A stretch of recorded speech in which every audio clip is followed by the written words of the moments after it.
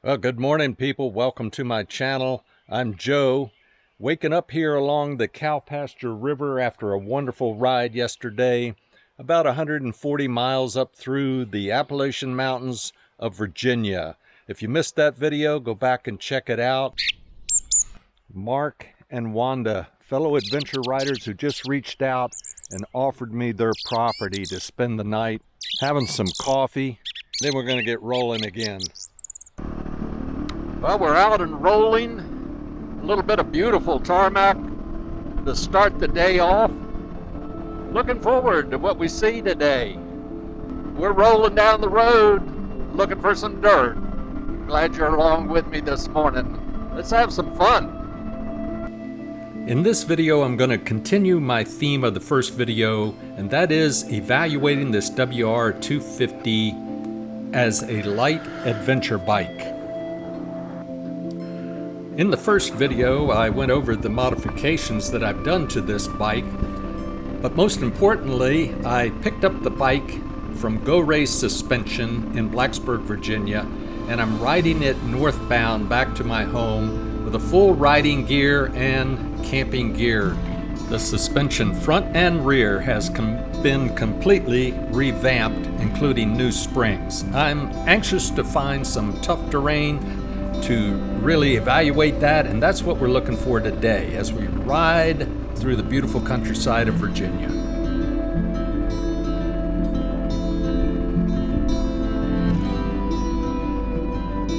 All right, been a beautiful ride so far. Turning on to some gravel here for the first time this morning. Fantastic environment to be riding through. It's still cool. 19th of July, giving us a reprieve, a beautiful, cool morning.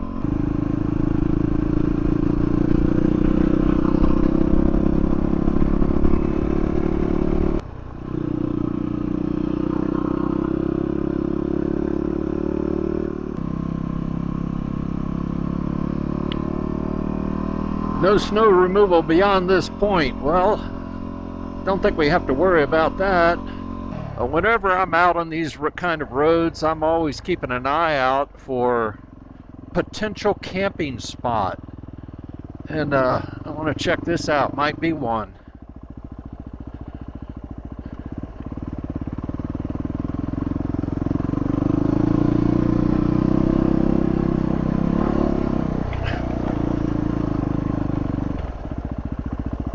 But no,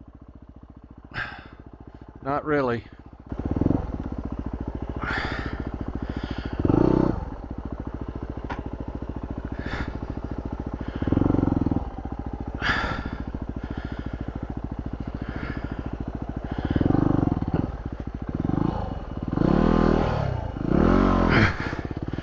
Yeesh.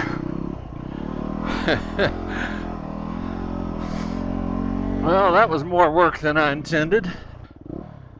On up the trail.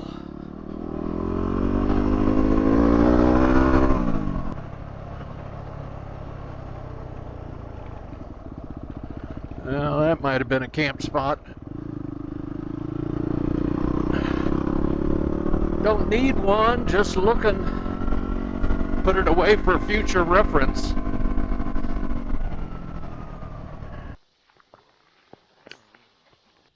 Okay, I'm out a couple hours into the morning ride on this second day since picking my bike up from Go Race Suspension in Blacksburg, Virginia. Travis Jones is the specialist there, and I've been wanting to ride it for a while before I talk to you a little bit about this little monster and maybe the improvements that have taken place since he changed out the front springs, put a new rear spring on, completely rebuilt the OEM rear stock. There's supposed to be something like 800% improvement. And I wanted to give it a good thorough test before I talk to you about it. And I can say it was money well spent. First off, let's talk about the OEM suspension.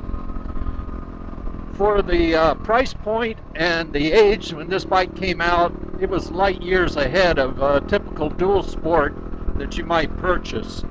But it has some characteristics that weren't so great.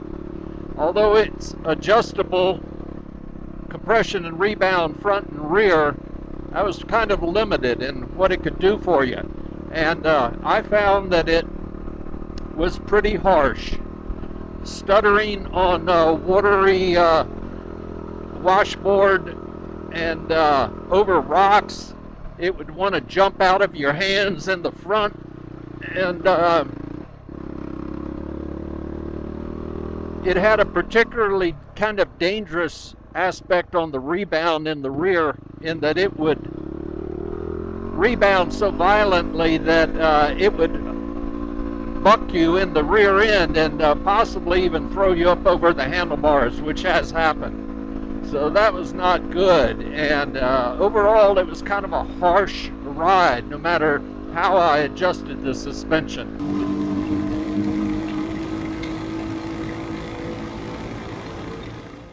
So I decided to give Travis Jones my bike and have him do the full Monty springs and rear shock workover.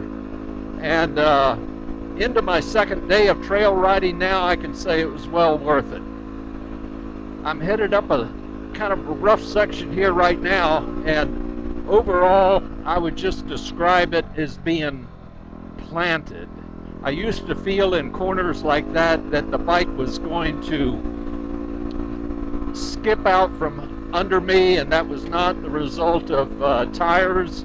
It's just that it wasn't planted to the ground, and that is an aspect of all kinds of riding. You want your bike planted to the ground, putting the power to the terrain, and it kind of wanted to jump and hop all over the place, and overall wasn't that great. Let me say now that I would call this planted, much more plush, and of course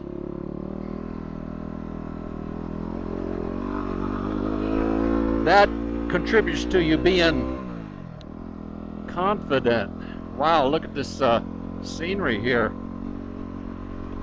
Yeah, it contributes to being confident, and when you're confident, you're going to ride better and you're going to have a more fun experience. Now look at this awesome view.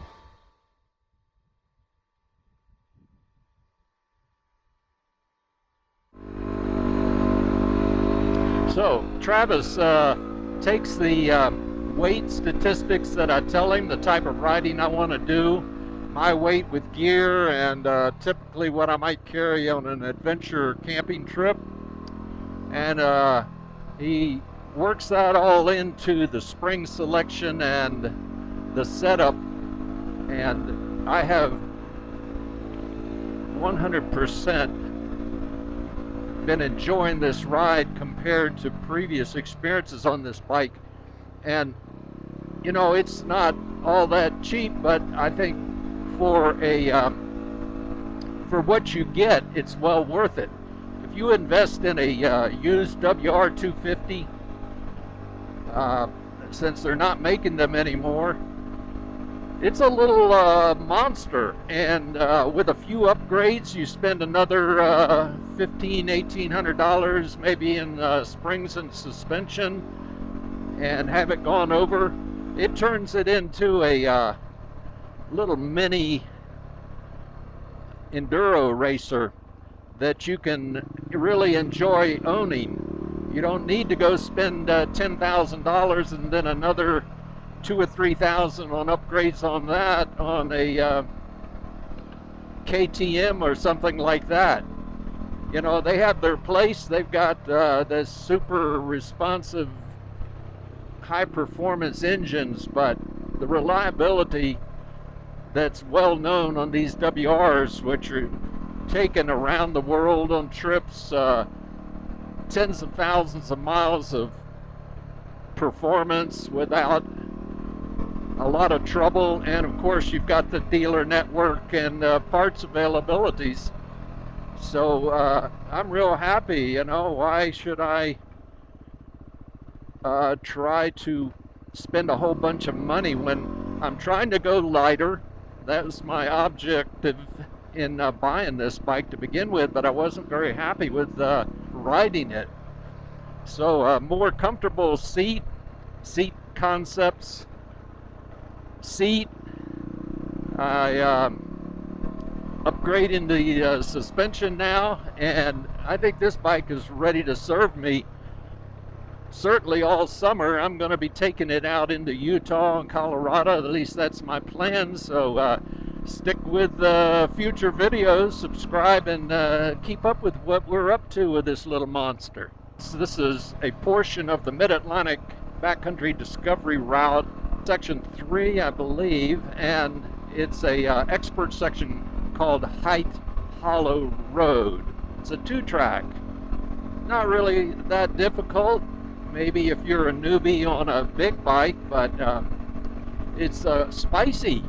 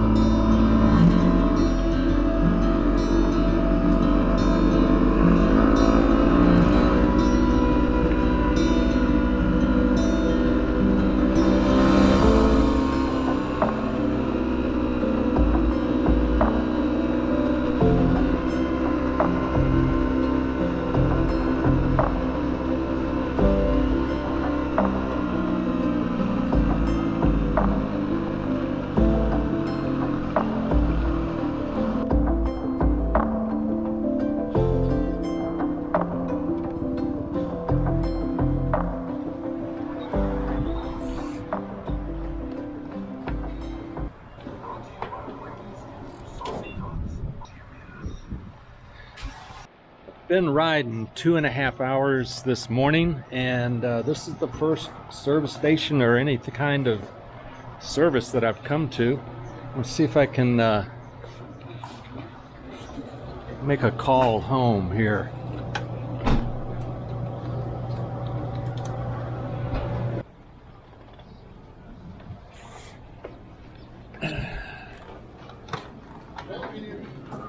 See if we can find something to eat in here.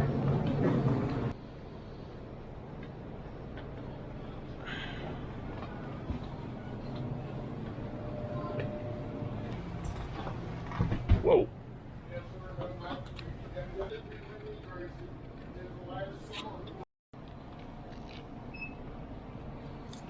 Mm-hmm.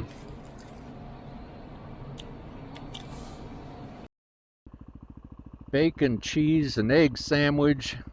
Yeah, I like stopping in at local owned mom and pop places like that. Griddle restaurant, fix you sandwiches, burgers, pizza. That lady I was talking to, I should have gotten her name, but she was 92 years old and busy in there working in the kitchen. No camping allowed here. It's a day-use picnic area.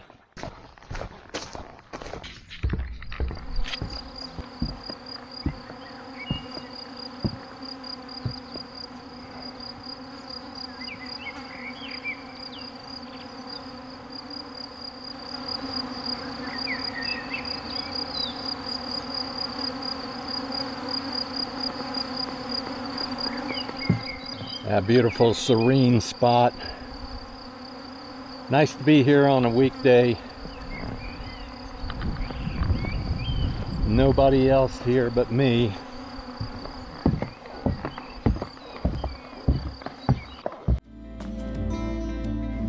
Well guys, the little Yamaha is certainly going to be my light adventure bike, and I'm going to be taking it out to Colorado and Moab, Utah for rides later this summer. Hope you can join me out there. Subscribe so you don't miss any of that. There's 40-some videos on my channel, all camping and riding. Look forward to seeing you out there.